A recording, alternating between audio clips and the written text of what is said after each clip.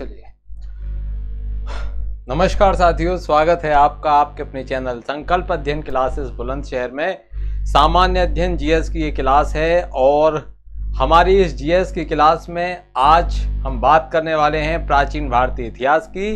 प्राचीन भारतीय इतिहास में आज हमारा जो टॉपिक चल रहा है ये शैव और भागवत धर्म को लेकर है। तो प्रश्न बनते हैं जहां पर शैव धर्म और भागवत धर्म से, वहां हमारी ये क्लास आपके लिए बहुत ही ज़्यादा महत्वपूर्ण है। बिल्कुल मिस ना करें, ज़्यादा से ज़्यादा फ्रेंड्स में शेयर करें। जीएस आपकी हर परीक्षा में, आप कोई भी एग्जाम देने जा रहे हो, चाहे वह सुपर टेट है, चाहे वह लेखपाल की परीक्षा है, पीईटी की परीक्षा है, यूपी ट्रिपल एससी की कोई भी परीक्षा है, और चाहे वह पीसीएस की परीक्षा है।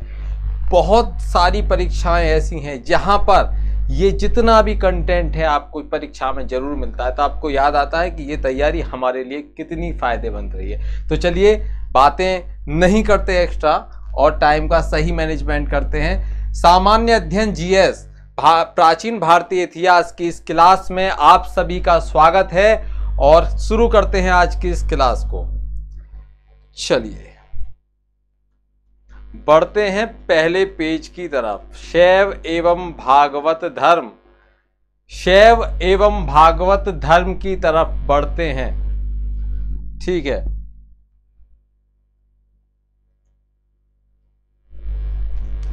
शैव एवं भागवत धर्म की तरफ हम बढ़ते हैं।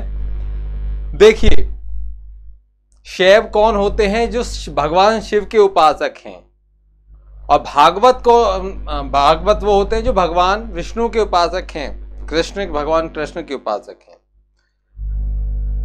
ठीक है, बढ़ें आगे। जीएस की क्लास आप सभी के लिए महत्वपूर्ण है, बिल्कुल मिस ना करें। मैं बार बार आपसे बोल रहा हूं, बिल्कुल भी क्लास को मिस ना करें। ये ना सोचें एग्जाम आपका अभी आया नहीं है तो आप तैयारी नहीं करेंगे। एग्जाम के लिए गवर्नमेंट कभी भी नोटिफिकेशन देगी और कह देगी आपसे 1 महीने बाद परीक्षा है, तब क्या करोगे? इसलिए अभी से आपको 100% तैयार होना है। जो आपका नोटिफिकेशन आए वो समय आपके लिए रिवीजन का समय हो, ना कि तैयारी का समय। ठीक है, शिव के उपासक संतों को दक्षिण भारत में क्या बोला जाता था, क्या कहा जाता है आज भी? जो दक्षिण भारत है, हम दक्षिण भारत की बात करें तो दक्षिण भारत में आज भी क्या कहा जाता है? जो भगवान शिव के उपासक हैं, उनको दक्षिण भारत जो है उसमें क्या कहा जाता है? उसमें कहा जाता है उनको नैनार। क्या कहा जाता है? नैनार कहा जाता है। मत्त मयूर प्राचीन भारत में एक शैव संप्रदाय था। शैव भगवान शिव से संबंधित है। और मत्त मयूर, कौन सा मयूर? मत्त मयूर। ये मत्त मयूर है जो एक कौन सा संप्रदाय है? शैव संप्रदाय है। वही बात करेंगे हम जो परीक्षा के लिए महत्वपूर्ण है। एक्स्ट्रा नॉलेज की हमको जरूरत नहीं है, वही जो परीक्षा के लिए महत्वपूर्ण है, उससे ज्यादा कुछ नहीं। देखिए, गुप्त काल में, किसमें? गुप्त काल में, जो गुप्त काल था जिसमें समुद्रगुप्त हुए, विक्रमादित्य द्वितीय हुए, विक्रमादित्य प्रथम हुए हैं, कुमार गुप्त हुए, हम उसी गुप्त काल की बात कर रहे हैं। गुप्त काल में त्रिमूर्ति, 3 मूर्तियों को त्रिमूर्ति बोलते हैं, त्रिमूर्ति तथा अर्धनारीश्वर की पूजा प्रारंभ हुई थी। ध्यान रखिए, त्रिमूर्ति ब्रह्मा विष्णु महेश, इन सबको मिलाकर तीनों की एक मूर्ति त्रिमूर्ति की पूजा, और अर्धनारीश्वर भगवान शिव और पार्वती का एक रूप अर्धनारीश्वर, इन दोनों की जो पूजा प्रारंभ हुई थी वह गुप्त काल में प्रारंभ हुई थी। बिल्कुल ध्यान से समझ लीजिए, गुप्त काल में अर्धनारीश्वर और त्रिमूर्ति, इन दोनों की पूजा गुप्त काल में प्रारंभ हुई थी। आगे बढ़ते हैं, इसको इरेज करता चलूंगा ताकि गोले गोले दिखेंगे यहां। ठीक है, आगे बढ़ते हैं। मेगस्थनीज जिनके द्वारा लिखित है पुस्तक इंडिका, और ये किसके राजदूत थे? ये जो राजदूत थे ये यूनान से थे, और किसके शासन में आए थे? यहाँ पर चंद्रगुप्त मौर्य के शासन में आए थे। तो ये कहाँ के राजदूत थे? ये राजदूत थे ग्रीक के, यूनान के। ठीक है, मेगस्थनीज ने, अब भारत में आए तो भारत के बारे में उन्होंने बहुत कुछ लिखा है, बहुत कुछ। उनकी इंडिका में चंद्रगुप्त मौर्य का जो मौर्य काल है, उनका जो शासन है, मेगस्थनीज की पुस्तक में आपको एक स्रोत के रूप में कार्य करती है। इंडिका मेगस्थनीज को भारतीय इतिहास का जनक भी कहा जाता है। जैसे हेरोडोटस को कहा जाता है इतिहास का जनक, ऐसे भारतीय इतिहास के जनक की बात करें तो जो मेगस्थनीज हैं उनको जो भारतीय इतिहास है उसका जनक भी कहा जाता है। देखिए गुप्त काल की यहां हम बात कर चुके हैं, त्रिमूर्ति और अर्धनारीश्वर। आगे बात करेंगे मेगस्थनीज की। मेगस्थनीज ने भगवान शिव को एक नाम दिया था, ग्रीक नेम दिया था। क्या कहा था? डायोनीसियस।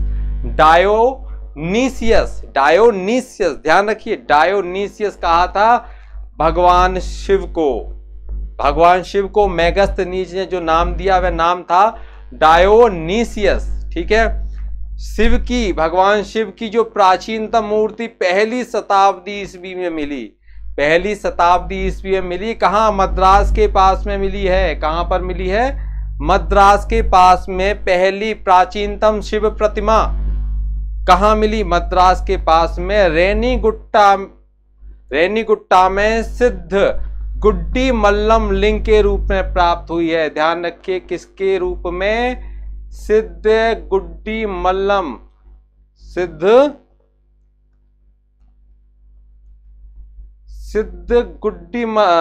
लिंग किस तरह से होगा, चलिए, के रूप में प्राप्त हुई है। नोट करते चलिए, स्क्रीनशॉट ले लीजिए, आपके लिए महत्वपूर्ण क्लास है। आगे बढ़ेंगे, ये ऊपर से ये नीचे। ठीक है, चलिए नेक्स्ट पेज की तरफ बढ़ते हैं। आगे एक ग्रंथ है, जैन ग्रंथ, जिसका नाम है उत्तराध्ययन। जैन ग्रंथ है उत्तराध्ययन। उत्तराध्ययन क्या है? एक जैन ग्रंथ है। ध्यान रखिए, उत्तराध्ययन सूत्र, इसमें सूत्र में वासुदेव का संबंध जैन तीर्थ का अरिष्ट नेमी। अब हमने बताया था जब जैन धर्म की बात हुई थी तो जो जैन तीर्थकर थे अरिष्ट नेमी, 22वें जैन तीर्थकर थे, उनका संबंध भगवान श्री कृष्ण से बताया जाता था कि ये भगवान श्री कृष्ण के चचेरे भाई थे, नेमीनाथ बोल दिया जाता था। तो ये जो जैन तीर्थकर थे, 22वें जैन तीर्थकर थे अरिष्ट नेमी, इनका वासुदेव से जो संबंध है, ऐसा कौन सा जैन ग्रंथ है जो ये संबंध बताता है? तो ये उत्तराध्ययन सूत्र है, महत्वपूर्ण है, ध्यान से इसको नोट कर लीजिए। उत्तराध्ययन कहां से पता चलता है कि ये उनके चचेरे भाई थे? तो उत्तराध्ययन सूत्र से ये पता चलता है। नेक्स्ट लाइन है हमारी, लिंग पूजा का प्रथम स्पष्ट उल्लेख। शिवलिंग की पूजा होती है हमारे यहाँ पर, इस लिंग पूजा का जो प्रथम स्पष्ट उल्लेख कहाँ मिलता है? मत्स्य पुराण, सबसे पहले प्राचीनतम पुराण मत्स्य पुराण में मिलता है। किसका? लिंग पूजा का स्पष्ट उल्लेख मत्स्य पुराण में। नेक्स्ट है अर्धनारीश्वर मूर्ति में। अर्धनारीश्वर की जो पूजा प्रारंभ हुई कहां से हुई? गुप्त वंश से। अब वही अर्धनारीश्वर की जो मूर्ति है, उस मूर्ति में आधे तो भगवान शिव हैं और आधी है माता पार्वती। देव और उनकी ये शक्ति के योग का प्रतीक मानी जाती है। शिव और शक्ति का ये प्रतीक है अर्धनारीश्वर। आगे बात करेंगे नेक्स्ट, दक्षिण भारत में शैव आंदोलन में, दक्षिण भारत में जो शैव आंदोलन हुआ, इस शैव आंदोलन में भारत में जो नैनार संत हैं, इन संतों की प्रमुख भूमिका थी। दक्षिण भारत में शैव आंदोलन को चलाने की जो भूमिका थी, वो नैनार जो संत थे, दक्षिण भारत के जो शैव उपासक थे, उनकी महत्वपूर्ण भूमिका थी। अब ये नैनार जो संत थे, इनकी संख्या कितनी है? तो इन संतों की संख्या है 63, 63 हैं ऐसे नैनार संत जिन्होंने दक्षिण भारत में विस्तार किया शैव धर्म का। चलिए आगे बात करेंगे, अगले पेज की तरफ बढ़ेंगे। शुंग एवं सातवाहन काल में, देखिए शुंग वंश के संस्थापक थे पुष्यमित्र शुंग। 185 ईसा पूर्व में इन्होंने जो शुंग वंश की नींव रखी थी, किसको मारकर? जो मौर्य वंश था, मौर्य वंश के बृहद्रथ को इन्होंने मारा था, ये उसके सेनापति थे। और उसके बाद जो पुष्यमित्र शुंग ने शुंग वंश की नींव रखी। इनके जो पुरोहित थे वह कौन थे? पातंजलि।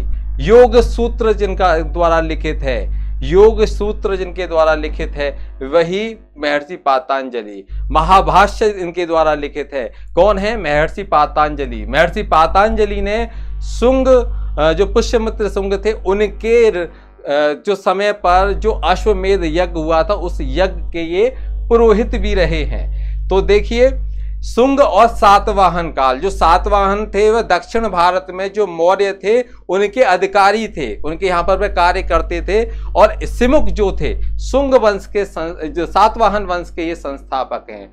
शिमुक आपने नाम सुना होगा। शिमुक आगे हम बात करेंगे, जब इन मौर्योत्तर काल को पढ़ेंगे तो हम शिमुक के बारे में भी बात करेंगे, पुष्यमित्र शुंग के बारे में भी बात करेंगे।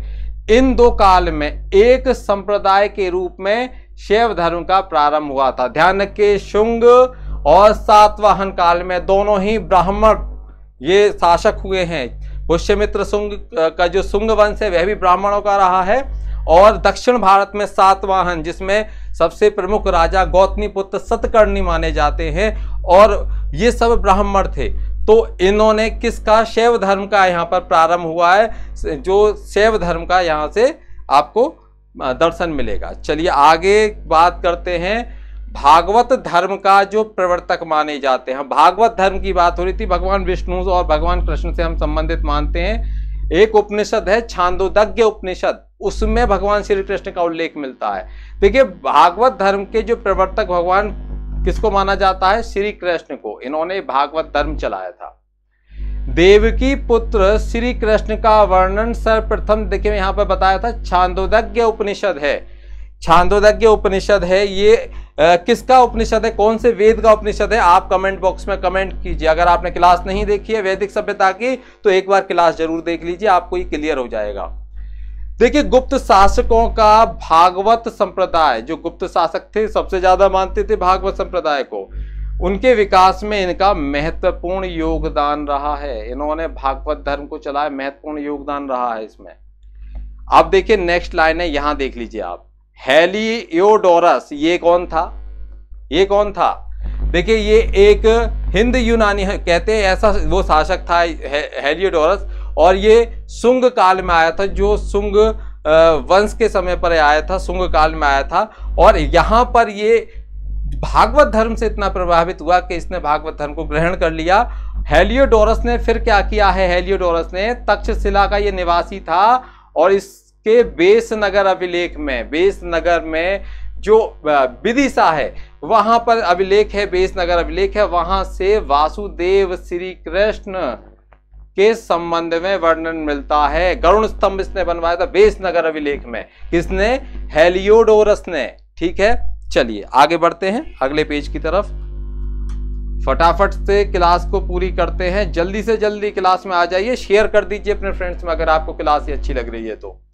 अवतारवाद, अवतारवाद, अवतारवाद कहाँ देखने को मिलते हैं? भागवत धर्म में मिलते हैं अधिकतर। अवतारवाद का सर्वप्रथम उल्लेख जो मिलता है कहाँ मिलता है? श्रीमद् भागवत गीता में। अवतारवाद का जो उल्लेख है वह श्रीमद् भागवत गीता में सबसे पहले मिलता है। ध्यान रखिए इस बात को, किसी और ग्रंथ में नहीं। किसमें मिलता है? अवतारवाद का उल्लेख। अवतारवाद का उल्लेख श्रीमद् भागवत गीता में मिलता है। चलिए नेक्स्ट है जो भगवत गीता है। भगवत गीता में मोक्ष के साधन के रूप में, मोक्ष प्राप्ति, मुक्ति प्राप्ति, इसके रूप में धर्म, कौन? धर्म, कर्म और भक्ति को समान महत्व दिया गया है। धर्म, कर्म और भक्ति को मोक्ष प्राप्ति के लिए भागवत की भगवत गीता है उसमें क्या दिया है? समान महत्व दिया है, धर्म को भी, कर्म को भी और भक्ति को भी। ठीक है। उत्तर प्रदेश राज्य के, अब देखिए नेक्स्ट लाइन पे चलते हैं। आपने हिंदू धर्म में बहुत सारी कथाएं सुनी होंगी, उन कथाओं में ये नाम बार बार आता है, नैमिषारण्य तीर्थ। देखिए उत्तर प्रदेश के सीतापुर जिला है, उत्तर प्रदेश में सीतापुर जिला, सीतापुर जिले में, लखनऊ के पास है सीतापुर जिला। यहाँ पर नैमिषारण्य तीर्थ है। अभी माना जाता है कि 88,000 ऋषि मुनियों की यहाँ पर सभा हुई और संपूर्ण महाभारत की यहाँ पर कथा का वाचन किया गया था। ध्यान रखिए, महाभारत कथा का 88,000 ऋषियों की जो सभा थी, उस सभा में उत्तर प्रदेश के सीतापुर में नैमिषारण्य तीर्थ में वाचन हुआ था। चलिए आगे बात करते हैं। भागवत संप्रदायों में, जो भागवत संप्रदाय है उसमें भक्ति के 9 रूप माने गए, जिनको नवदा भक्ति कहते हैं।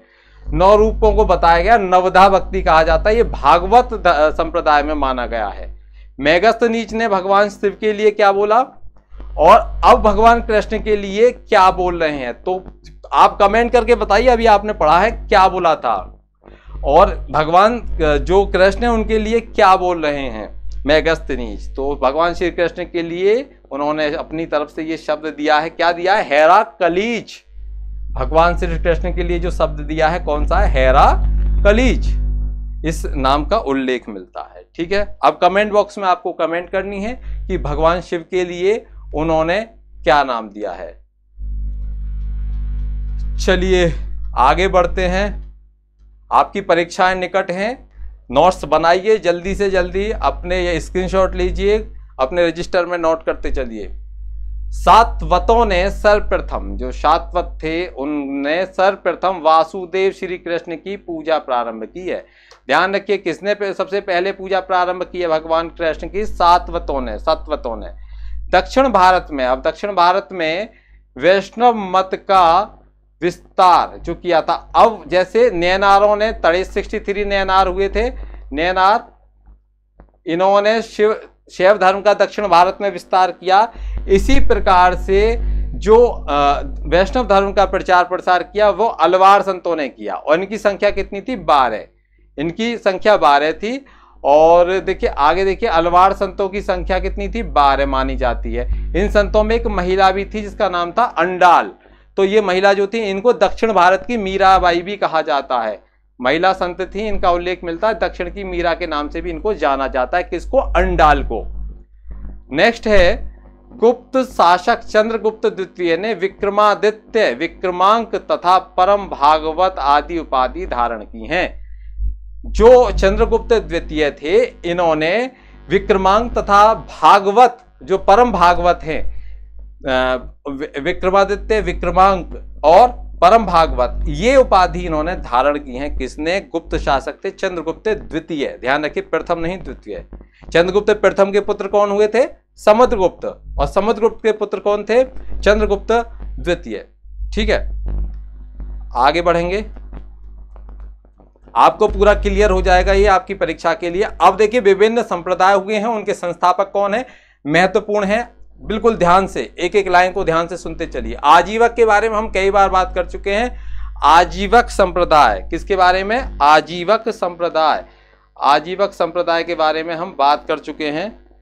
तो आजीवक संप्रदाय किससे संबंधित था? तो आजीवकों से संबंधित था। और ये आजीवक जो संप्रदाय है, इसके संस्थापक कौन थे? मखलीपुत्र गौशाल।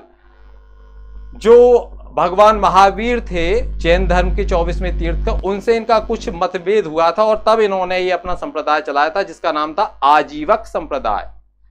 दूसरा बात करते हैं अनिश्चयवादी संप्रदाय। संजय बैठल्ली पुत्र थे इसके संस्थापक। कौन था? अनिश्चयवादी। कौन सा था? अनिश्चयवादी। इंक चेंज कर लेते हैं, यहां दिखाई नहीं देगी ये, इंक चेंज कर लेते हैं, देखते हैं यहां से। देखिए, अनिश्चयवादी, अनिश्चयवादी जो थे इसके कौन थे? संजय बैठल्ली पुत्र। कौन थे? संजय बैठल्ली पुत्र। और वहीं यद्राच्छावाद, यद्रच्छावाद जो था, ये इसके थे आचार्य अजित केश और काम्बलीन। आचार्य अजित केश और काम्बलीन थे। नोट करते चलिए। एक था भौतिकवादी, भौतिकवादी संप्रदाय, जिसके कौन थे? पकुद कच्चायन, पकुद कच्चायन। और घोर अक्रियावादी था, इसके कौन थे? पूर्ण कश्यप। ध्यान कर लीजिए, इनको अच्छे से नोट कर लीजिए। ठीक है, जल्दी से जल्दी स्क्रीनशॉट ले लीजिए, काम आएगा आपके। समाप्त। आज की ये क्लास लगभग 20 मिनट में हमने समाप्त की है। तो आज शैव और भागवत धर्म के बारे में जो महत्वपूर्ण था वह इस क्लास में मैंने आपको बताया। आई होप ये क्लास आपको अच्छी लगी होगी। क्लास अच्छी लगी हो तो फ्रेंड्स में शेयर करें। और नेक्स्ट जो हमारी क्लास आने वाली है ग्रामीण परिवेश की, ग्रामीण परिवेश का जो पाठ्यक्रम है उसके अकॉर्डिंग ही हमारी क्लास चल रही है। थ्योरी की क्लास है, एक एक पॉइंट को डिस्क्रिप्शन पूरी तरह से समझाया गया है, तो डिटेल में समझाया गया है आपको एक एक पॉइंट को। तो आप जरूर वह क्लास जरूर देख लें अगर आप परीक्षा में शामिल हैं लेखपाल की में। तो चलिए मिलते हैं नेक्स्ट, तब तक के लिए बहुत बहुत धन्यवाद। जय हिंद, जय भारत, नमस्कार।